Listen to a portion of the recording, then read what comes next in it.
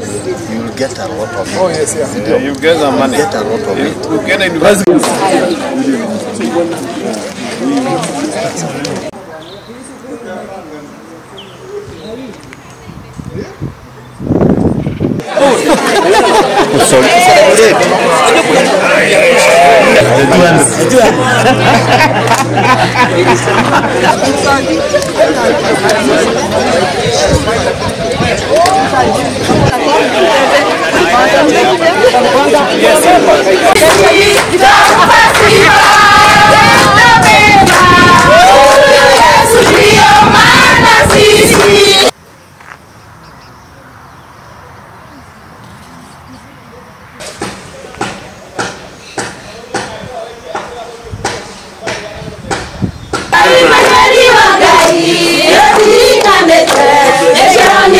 This is the first time Thika Karibaribi has registered a brain A and also an A-. We are very happy because we have registered results we have never registered previously, that is an A brain and an A-, and we are very proud of the class. They have done our school proud.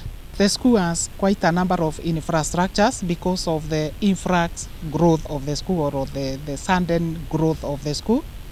Last year, 2023, we had the girls who are sleeping in the dining hall. So currently, we have no dining hall because girls use the dining hall as a dormitory.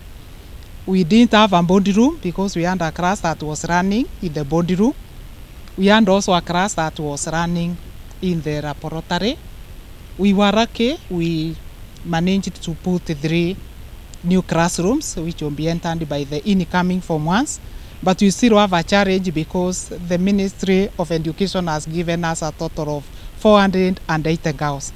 So we have planned for 6 rooms, but with that number already you can see they can't fit in the 6 rooms. So we need at least 2 extra classrooms. So the infrastructure has been a big challenge because of the 100% transition.